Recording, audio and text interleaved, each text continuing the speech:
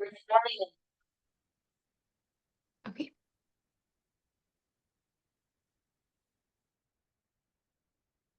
Well, welcome to everybody coming in. We'll get started in just a couple of minutes to let people come on in.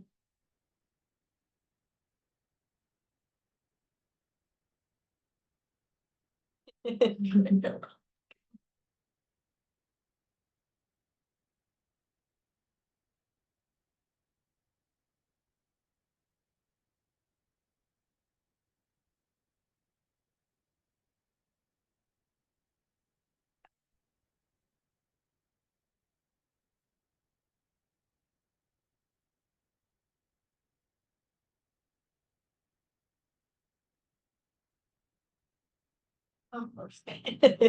Of course, here comes the air.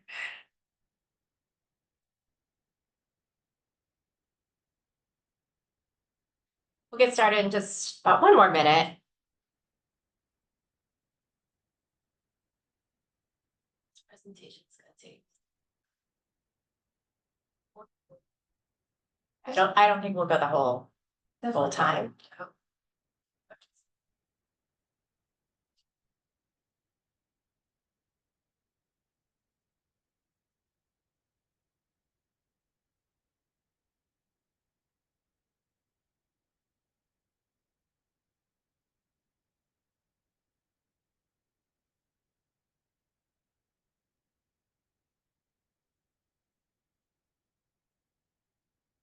Okay, it's officially 1:02, so we'll go ahead and get started.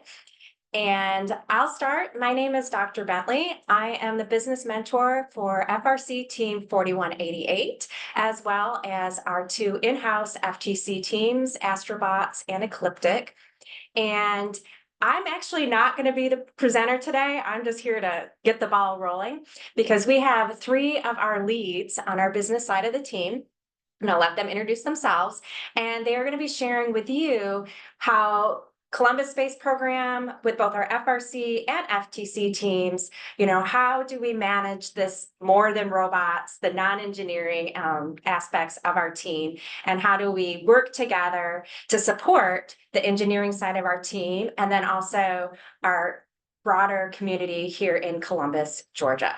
So with that said, I'm going to pass the computer and the microphone over to my amazing team. Yay! So go ahead and introduce yourselves. So I'll start off. My name is Thum. I am Team 4188's business co-captain. I'm Emily. I am CSP 4188's graphic design lead. And I'm Melanie, and I'm the awards lead this year.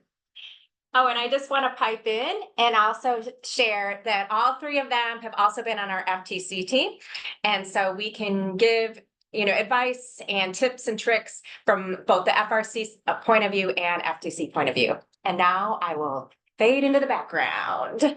Okay, so before we dive into the more than robots part, we have a little story to share with everyone. Basically, during the Peachtree District Championship in 2024 crescendo, our team luckily made it to the playoffs as captains of Alliance 6. However, we later got eliminated after round 5 from the double elimination bracket. And it's been a long week of constant working. It's stressful, it's intense. And so obviously getting eliminated isn't very helpful in terms of adding on to our team morale. So as some of us were kind of packing up pit and gathering our things because we don't have any more robot stuff to do. The rest of us were on the stands. We were watching the matches. We're cheering on for the other teams that are still going. But obviously, part of us were a little disappointed because we thought that would be the end of our season, basically. And then came the awards. So just as our team was kind of not expecting much out of this, the judges started to name the winner for the Impact Award. And so the most prestigious award at first called our name, Team 4188. And that earned us a ticket to the World Championships. It was an emotional roller coaster. So that was the story of us, Team 4188, the Columbus Space Program. We are composed of a diverse group of over 40 members from all around the Muskogee County School District. And our mission is to build a team that is well-faceted in both engineering and awards. And as a matter of fact, in 2017 Steamworks, we were the winning alliance in the Newton division at the World Championships. And like we just shared in our story, we've also won the Impact at the district level, both twice actually, because in 2019 and 2024. So while you can see how our team kind of focuses on building highly functional and efficient robots, what really defines CSP's identity is our impact on our community. Our impact, of course, is collectively made as a whole team's effort, but behind the setup of that impact is our lovely business team, which consists of less than 10 people. So besides just having a business team, we also focus heavily on the fact that the majority of the efforts are student-led. This allows the team as a whole to define their mission to their community in a way that's more elaborate and effective, because it is the students that are taking the time to become knowledgeable of the process it takes to truly promote change in their community. They're the ones actively going to their community and actively engaging with them and helping them learn and grow. This also helps the team better align with FIRST values. FIRST seeks more from robotics teams than just engineering. They want us to go beyond that. They want us to use our passion for good. They want us to spread their passion to our community. So core values like impact and inclusion, for instance, measure the team's ability to promote change in their community and to embrace differences. And it really helps to have a group of students to, look for the specific things that a team needs and discover what we need to prove different traits. And all in all, this helps promote well-rounded teams in which team members have diverse skill sets and everyone is encouraged to grow and to embrace all sorts of opportunities. And one of the ways that we are student-led is through our outreach initiatives. So at our team, we have a lot of space and creativity to pitch our own ideas of what initiatives we should create. And I think that makes our outreach so special and like why we really care about that outreach. So for instance, we have an outreach called Build Brave Girls, and it was started by one of our former members, Arha. And Arha noticed that in the STEM community, there's not always like representation for women, and that's been a pretty big difficulty and challenge in the entire STEM world. So she created a nonprofit called Build Brave Girls, where we highlight just women in STEM around the FIRST of Georgia. And yeah, and then we also have an initiative called Ready for Life. And this was started by our former member, Jackie. And Jackie noticed one day that when she was volunteering with the special education department at our school, that they don't really get to do STEM activities. So she wanted to bring some STEM to these children. So she created this initiative called Ready for Life. And we still maintain these initiatives after they have graduated. So we really do care about these initiatives, and these girls were really passionate about them because they noticed these disparities and they wanted to fix those. So yeah. And then Oh, can I just Yeah. pipe in for a second? Sorry. Because I've been here on the team the longest. So that is something as the business mentor that I really love, is that a lot of times when it comes to our community outreach, these are the ideas that are coming from our students. Like they'll say, I came from this Title I middle school. I came from this Title I elementary school. I remember what the needs were like when I was a student at that school. And so sometimes like we'll just get together and have a brainstorming session, and it just takes one person with one idea and that passion. And then we think about, okay, what can we do to support their vision and make it the team's vision? And so I really encourage you, as students on your teams, your community, whether it's your neighborhood, your school, a nonprofit or an organization, maybe Girl Scouts or Boy Scouts or something, that you already are a part of, really think about doing outreach that's meaningful for your community, because everybody's community is different. So just wanted to give a pitch to our amazing students who they're the ones that really come up with these initiatives. But now on to the important thing.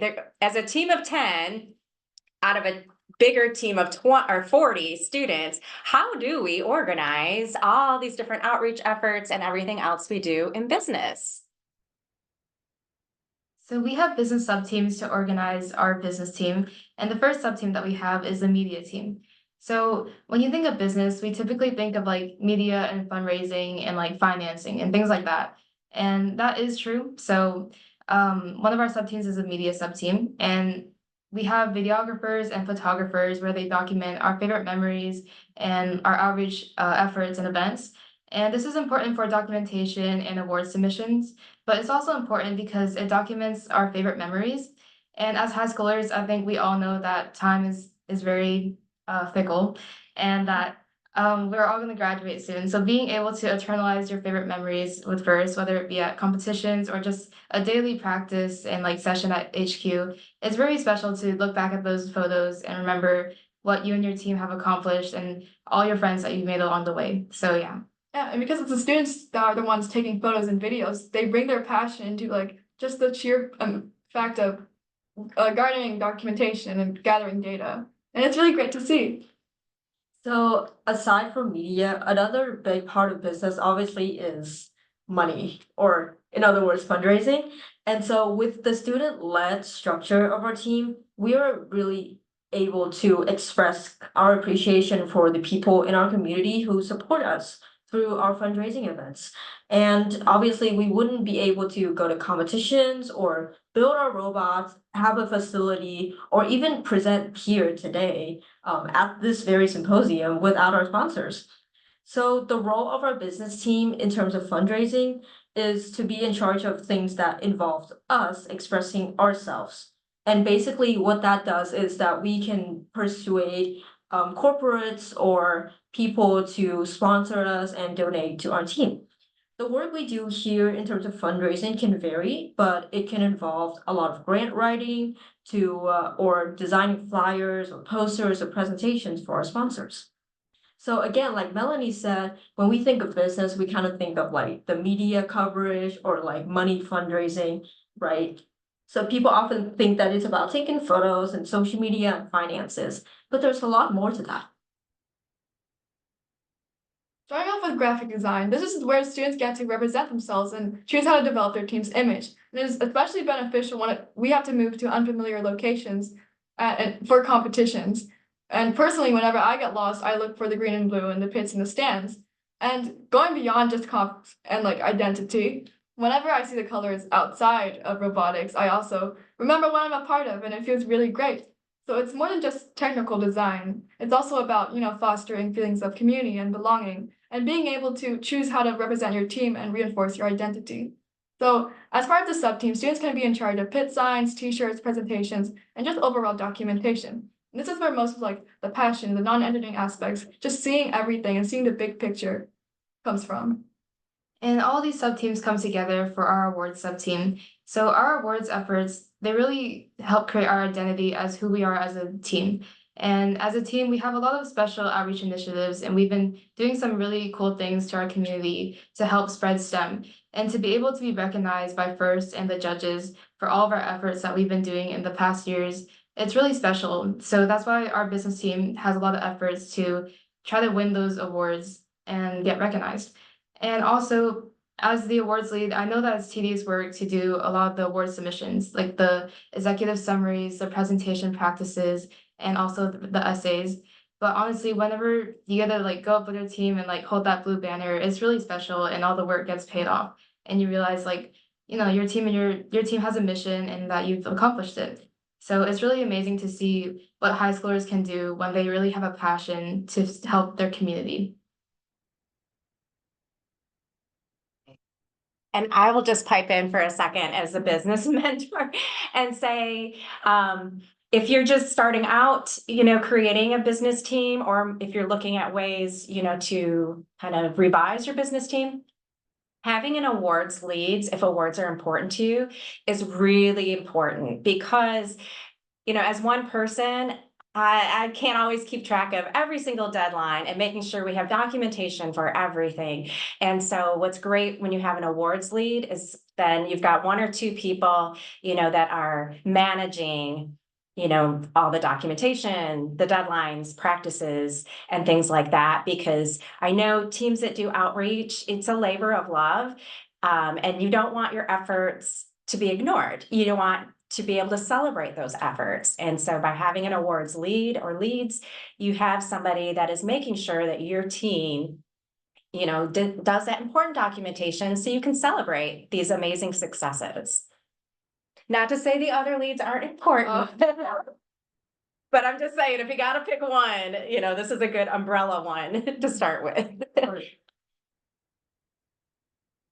Right. My official turn. So with our FRC 4188 team, we have a business coach, Mr. Black, and then a lead business mentor, myself. And on the engineering side, we also have an engineering coach and then an engineering mentor. And in our cases, our two coaches are teachers in the school district. And then the two coaches are professionals outside of the school district. That's not to say that's how you have to organize your team. It's just the way that we have organized our team. And so as a business coach and business mentor, really our job is to facilitate and oversee. This truly is a student-led team. That being said, like when we were talking about deadlines and whatnot, you don't want to miss that window when you can submit your impact, executive summaries and essay. And so like that becomes my job, so anything that has to deal with paying the bills, getting into First Inspires and making sure stuff gets done in there. We, as the adult mentors and coaches, do that. And then also, I'm an educator, and so I know the importance of setting internal deadlines for our team. And so on business side, I'll be the one that'll map out, okay, this is the hard deadline when First says something's due. Now let's work backwards and set some internal deadlines, because you can't write your executive summaries overnight if you're going for impact. Or you can't make your engineering portfolio for FTC overnight. So we need to have those deadlines in place. So we're working on everything in stages that are manageable, so you all can still get some sleep, go to school, I can do my job, but we can still, meet our responsibilities here with robotics. Did I get everything? Yeah. Awesome. All right. I'm done. So now that you guys learned about what the business team does and what we represent, how do you get started? Well, the easiest option would be to make business training a viable option on the team. For example, for FTC training, we FRC veterans had them do an outreach simulation in which they were tasked to teach us a skill, and they chose origami. So in the picture, you can see us folding a frog or of some sort, right? And this helps make the team as a whole more inclusive, because it resonates with those who would normally be more reluctant to join robotics because of the heavy focus in engineering. And this as a whole, again, helps promote well-rounded teams in which multiple skills are represented, multiple skills are being embraced and encouraged. And it's also super helpful to have a business team on the standby so they can sort deadlines, they can oversee the really non-engineering aspects. Because it gets hard when comp is soon, deadlines are soon, and the robot is barely functioning. It helps to have a group of students stand out and oversee everything while the engineers deal with the robot. And CSB has tried to sustain business by expanding it to FTC. Last year was the first year we had business as a separate option as a viable sub-team on FTC for both teams. And that was also the first year in which both teams were able to get to state. Because by having a business team, we encourage, identity, we encourage a focus on awards and outreach efforts. And this is what opens opportunities for them to have multiple pathways to advance to state competitions. And I'll just pipe in really quickly that prior to creating FTC, a business sub-team, what oftentimes would happen is one poor student would get stuck doing the entire portfolio. They didn't know what they're doing. They're sitting in the corner crying, it's not fun. That's not a good model. And so, we really wanted to emphasize with our FTC teams that the more than robots, aspect of the team. And so now being able to spread the work, the joy of that engineering portfolio and, doing outreach with FTC, I think it's so much healthier. And you start to see hidden talents, when multiple people are tasked with, okay, you need to, take some photos and you need to, let's see how you are about with graphic design. We start to see that, our electrician over here actually is a really good photographer. And so I think that's, it's definitely worth pursuing business on the FTC side because one, it makes the team stronger, but two, it allows students to be trained in multiple areas. Okay, we've been talking about community impact a lot. So how do we build up this portfolio and what did we do? I took your thunder. Well, it starts with one idea from one student or multiple students, really. Let your team members notice the disparities in your community and see what challenges that your community members are facing and like maybe what kind of people are missing out on STEM opportunities because they don't have access to them. So just notice any sort of problems that are unique to your community and figure out ways that you can fix them and address them. And this is how you can create outreach ideas. And slowly over time, you'll get more and more ideas as you notice more and more things about your community. And that's how you can create your portfolio about your community impact. So just to quote our former business captain from last year, after we actually won regional impact at Gainesville event in 2025. And so on the bus home, our two captains were kind of giving a speech and saying that, oh, it was a great event, that kind of stuff. We have a lot to learn. And then our captain was just like, drop this thing. We do outreach, not just to win awards. We do it because it defines who we are. And I think we can all agree that that's something that should be stick onto the wall and be like, this is our motivation because it truly defines us, like why we do what we do. Yeah, and just by having a business team, we are able to represent this ethos a lot more effectively and just spread our passion in a way that is more, widespread. Yeah. And we are done. So we have 2 QR codes, ways that you can connect with us through our Instagram and then our website. And we have, emails and contact information on our website, as well as information about our team.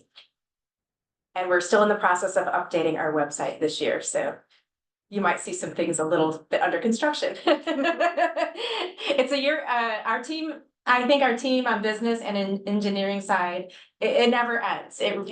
We're here year round. We love it. It accumulates every year too. Okay. Q&A session? Yeah, so wow, we were so quick. It's after lunch. We're highly caffeinated, so we can open it up if anybody has questions, comments, suggestions. Both FTC and FRC related. Yeah, FTC, FRC. And we are not able to access the. Okay, so right now there is no questions in the Q&A, so if anybody has any questions, now would be the time to ask.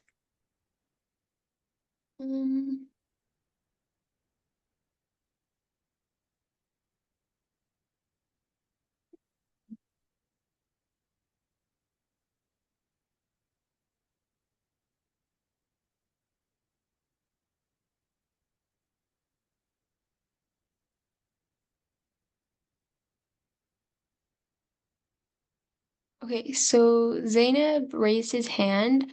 If you can you put your question into the Q&A section? If you go down to where you'll see like all your toolbar, you'll see a little chat box with a question mark on it. That's your Q&A thing. So if you can click on that, you can write your questions in there.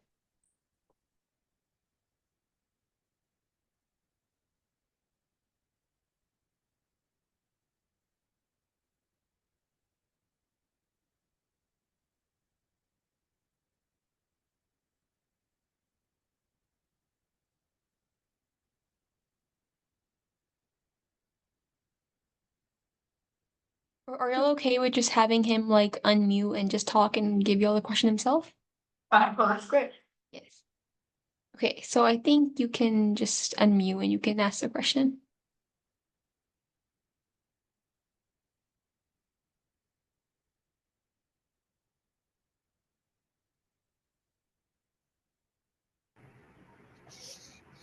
Can you hear me?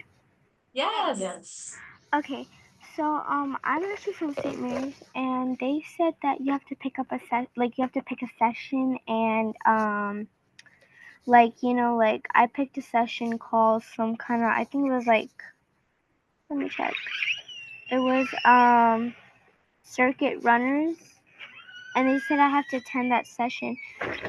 Do I just pick any session, or is there like a specific session I have to go to?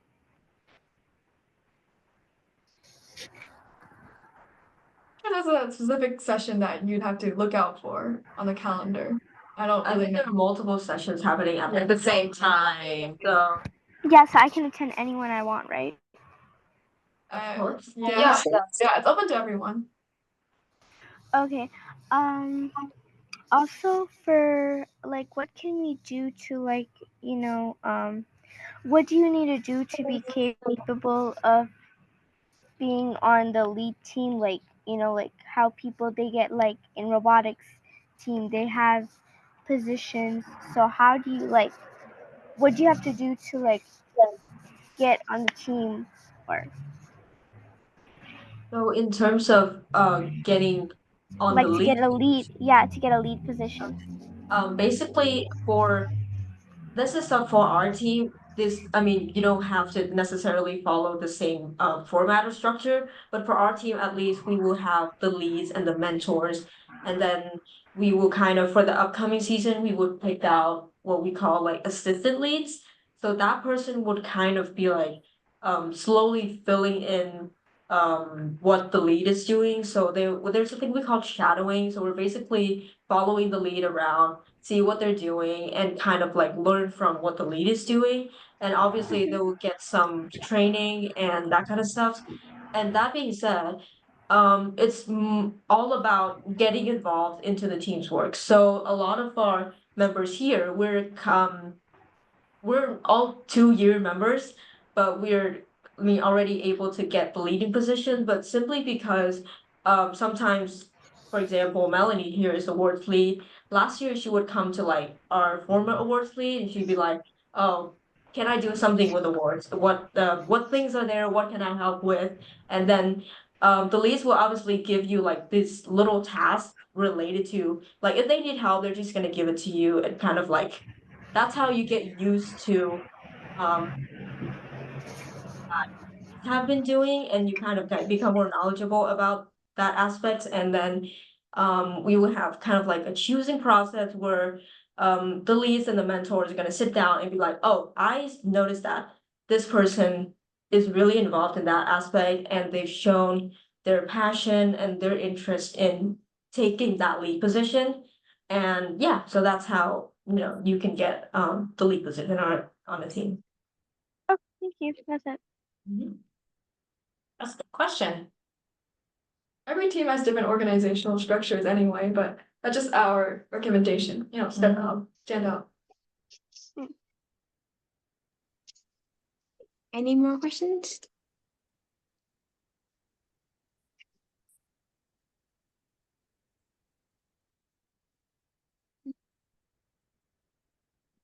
Yeah, I think that's it. All right. Well, Perfect. thank you all for joining us, and we look forward to seeing you in the future. In the future. I will stop sharing. Okay. Oh, I didn't know. Thank you. Yeah, thank you. Bye. Bye bye. I'll just end webinar for all. Okay, thanks.